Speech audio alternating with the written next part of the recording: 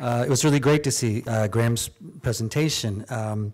You know, this whole idea of editing life, of doing more with less. I mean, this is something that Japanese people have been doing for ages, and I think I feel like there's a, sort of a Japanese flavor to some of these designs, and maybe, just maybe, these things that Japanese people have been doing out of necessity for a very long time are becoming more reasonable sounding ideas to people in the rest of the world. And of course, New York is a very specific case in terms of the density of its housing and what's needed. And I think it shares increasingly a lot of characteristics with Tokyo. One other thing I really liked about Graham's presentation was that he's approaching this as a totality in terms of realization. My own bias is towards design and looking at this as kind of a technical and social issues, but I personally don't think a lot about what it would take to actually, you know, get the people together to do an online competition to, you know, find these financing models, et cetera. And I think that's a very important skill set that most of us will really need increasingly. So my presentation today is called Small Can Be Pretty Nice if it's well designed. And this is really the key to everything. This is a water basin. It's for washing hands. It's at a temple in Kyoto called Ryoanji, which has a very famous rock garden, and this is on the side. And it's inscribed with some characters. These characters in Japanese read ware tada taru oshiru, which to translate into English, it's sort of a pun, and it can be read in many ways. It means, I know when I have enough, or all that I really care about is having enough. And this is a Zen saying. And I wonder if this kind of attitude, you know, Zen, of course, pervades Japanese culture, this idea of sufficiency and of getting rid of what's unnecessary and of really concentrating on the important things in your life. I wonder if that would have emerged if Japan hadn't had such a high population, such a lack of resources, and so many other spatial and environmental constraints. But this kind of attitude actually persists to this day. And after I mentioned this in a book that I wrote that was published in Japanese earlier this year, I was approached by several people who said, I love that you included that ware tada taru shiru, because that's how I live my life. That's the motto of my life. Every year at New Year's, I write myself a calligraphy of that. And it's often honored in the breach, of course, but it really is an important underpinning value that allows Japanese to really sometimes do remarkable things with very little. This was a family in the post-war period, early 1950s. And if you look closely, you know, they don't have much. You can see they have the windows broken. There's a bare light bulb. The wall's been patched with newspapers. The war absolutely devastated Japanese materially, and yet this family is very happy. It's an extended family. There's a mother and several kids and a grandmother. It's cold. They're sitting around the hibachi, the brazier, and they're having their tea and their snack in the afternoon, and this proximity, sitting close to each other and in physical contact, is something that Japanese have always prized. I mean, there's a certain amount of distance and, you know, maintaining formality, but as soon as people cross over into being familiar, they really love to be very close to each other. In the old days, this is about 150 years ago, a typical middle-class, working-class family lived in a house of about 105 square feet, a rental apartment. And it was pretty much the same thing, almost a prototype for what Graham just showed you. Things folded up and out of the way. There was storage under the floor. The kitchen items were made very small and modular to fit in this very narrow space. They didn't have room for a lot of things, so they didn't need it, and it meant that they didn't have to spend money to get those things they didn't need. And it really allowed the culture to continue in a very vital way for a long time. You know, if we leap forward a few decades from that picture of the people sitting around the table, this is 1972, only 20 years after that era of incredible want and lack. Architect Kisho Kurokawa was one of a group called the Metabolists, who were just visualizing the new way that we can live in the city, and they imagined these massive megastructures of plug-in capsules that would dwarf the Manhattan Manhattan skyline. And very little that was actually realized, but one, this building called the Nakagin Capsule Building was built in Tokyo. And it's a kind of a landmark to rethinking the urban lifestyle. Basically, there's a central core of concrete, and these are prefabricated plug-in modules that are built in factories, trucked to the site, and hoisted into place, and they contain everything necessary for life. The idea was that, metabolism implied that these were cells that would be replaced frequently, and when it got old or out of fashion, you'd get a new one, and that would be hoisted into place instead. That never really happened. They were anticipating great economies of scale and leveraging this prefabrication and industrial technology, but that really never happened either. But we had some wonderful compact designs. This little apartment, and it really is an apartment, is 107 square feet. And it has a bathroom, a prefabricated fiberglass sort of one-piece bathroom. It has a kitchen unit. It has all kinds of, fold-out furnishings and a desk and, TV and the latest hi-fi and a bed. It was really everything that a single adult might need for living and being able to work in the city. The alternate being living an hour or more away by train. And here's the bathroom, which really kind of set a standard for a high-quality prefabricated unit, what they call unit baths, which are actually ubiquitous in Japan now. I mean, absolutely everything crammed into a little space. Some have become quite luxurious as well.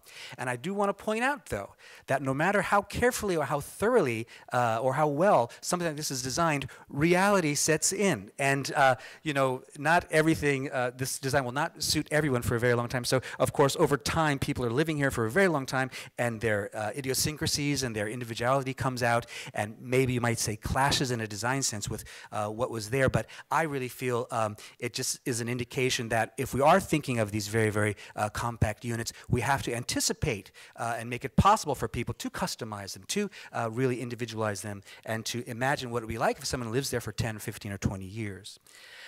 So some statistics, and the kind of echoes a bit of what Graham was saying, comparing Japan and the United States. In 2003, the average Japanese home was a little more than 1,000 square feet, and the cost was about $400,000. But rental apartments are really the average, and most Japanese live in rental apartments were less than 478 square feet. And this is for a family, basically, a small family.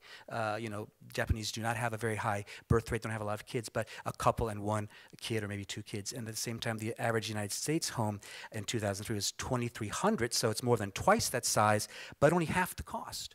So what this works out to is a housing cost that's 4 times the average of the United States. I would say that, of course, New York is a special case, and I would say the costs are probably fairly well in line, but the implications in terms of the design constraints are very, very palpable. So I'll show you a couple of examples of interesting compact houses, that were done recently in the Tokyo area, and this is one done by Mr. Utsumi, who actually participated in the forum 2 years ago. I really love this house. It's basically living in one room. It's a young couple with one son. The footprint of the house itself is only 374 square feet. So it takes up most of the lot that it's on.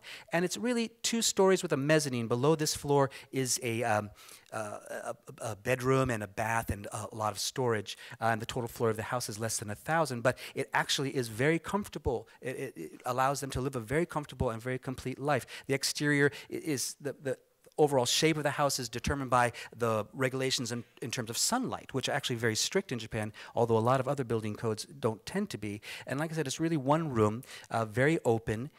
You might notice that it really has almost no windows. There's windows back to the kitchen, but the rest of it is lit only by this skylight that sort of runs along the ridge, climbs up the entire ridge of the house, and lends a very wonderful character of light that changes over the daytime as the light conditions change. And that's really a wonderful dramatic thing. I can't stress how much Japanese architects make use of natural light in surprising or beautiful ways to bring it into the house that may be unconventional. There's no windows because the house is next door, so close. If you open the window, you just see the house. So why do that? Just let you see treetops, or the sky is much better.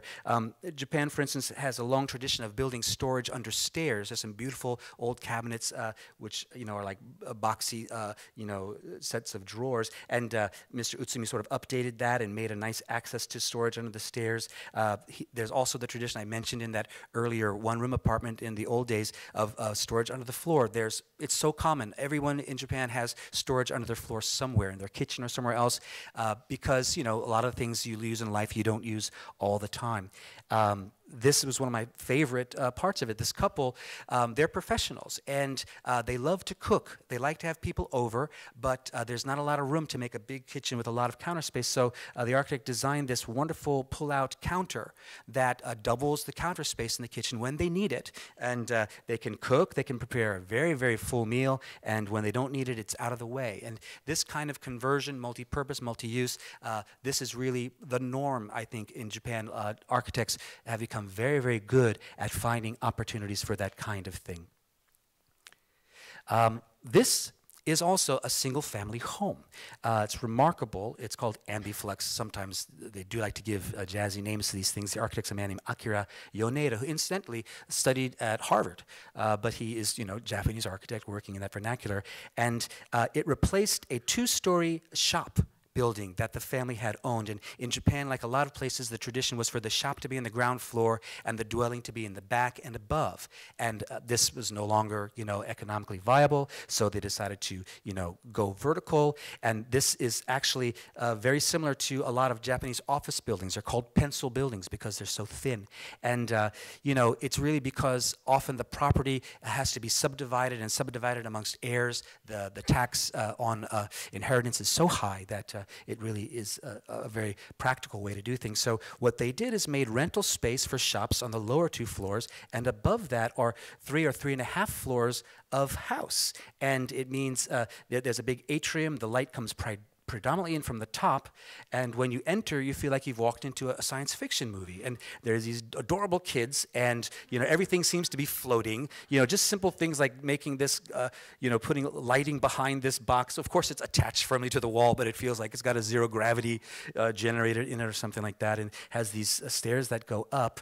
And you know, it's almost like living in a little village in a way, because it's like a courtyard with these little bedrooms and other things on different sides. And at the very, very top is this beautiful little garden, a tiny little garden. And I think this is, you know, a really wonderful solution. We think of all kinds of rooftop gardens in New York and Manhattan. We see this, but I thought this just reminded me, we think of things being down to earth, and in this case, you literally have to go up to earth. And this is like the husband's space to get away and facing the wall, because he doesn't want to see these office buildings that surround him, and he can really enjoy his life. The kids seem to love it. They're running up and down these stairs the whole time, and believe me, these are stairs that would not be allowed under New York codes. They actually had to put some netting on them because, you know, kids could possibly fall through, but the kids really, really love it. And I think one of the most impressive aspects of this design was that they thought about how the building use should evolve as the family ages, as the kids grow up and get married and have their own families. As I mentioned, the spaces at the bottom were designed initially for rental use, for commercial, but they imagined that in the future, each of the daughters would be married and have their own family. It was engineered from the beginning to allow new beams to be thrown across to separate the floors. They figured out how the stair access would have to work. They do have enough room to add an elevator on the exterior if they need to.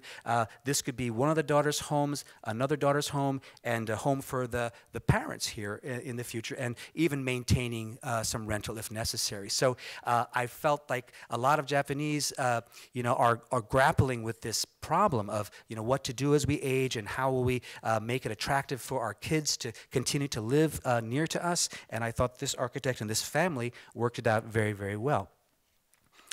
This house is called the White Box House, also very, very small footprint, 550, almost 560 square feet. The area is a little more than 1,000.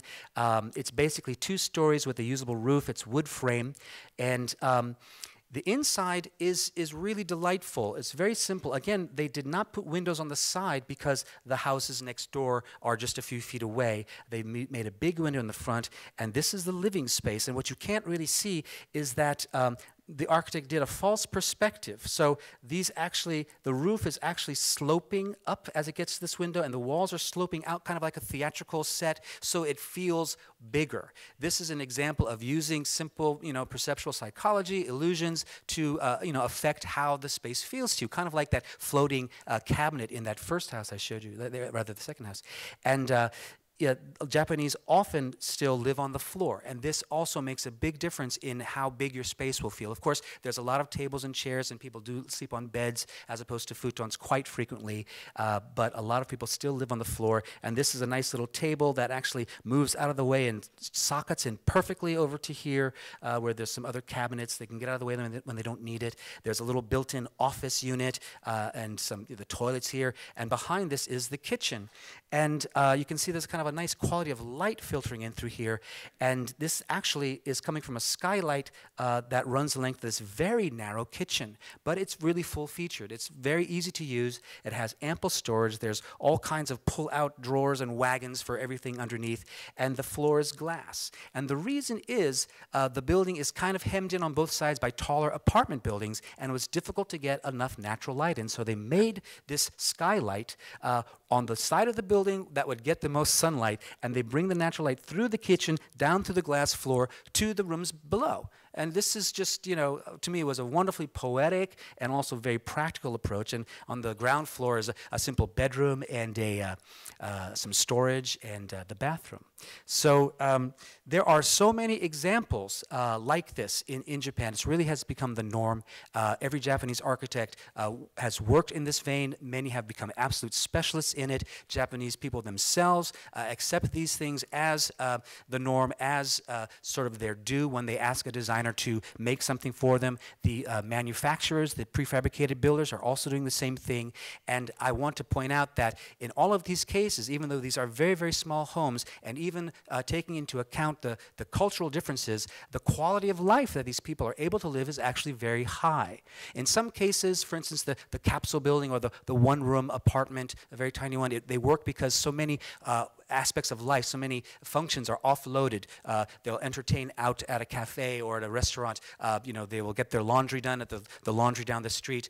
They don't need everything in their home. And of course, this is one of the big appeals for living in major cities anywhere in the world, and certainly it's probably true for New York as well. So it really has to do with how the life of the people here is sort of enmeshed, and how this house allows them to connect with everything they need to connect to. And I want to stress that the quality of your life doesn't depend on the size of your house. We have this mindset that quality of life, the actual square footage of your home is a major, determiner of the quality of your life. Well, that's illusory. It's not. It shouldn't be. It really can't be. We have to get out of this mindset. It implies, some degree of economic, wherewithal, but not much else. I think it depends really on how well the environment that you have supports everything else that's important. For instance, your economic mobility. Does it allow you to live in a place where you can get a better job? Your physical and your mental health. Does it allow you to live in a nicer environment? Your access to all the services, whether it's transportation or education or everything else. The ability to enhance your social interaction, and there's a big long list that follows after this. So I'm not suggesting that everyone in the United States or Japan or rather in New York should live like the Japanese, but I do think that there's a lot of food for thought here in terms of what is really important and how we can design our homes to be more compact and efficient and still maintain a very high quality of life. So thank you very much.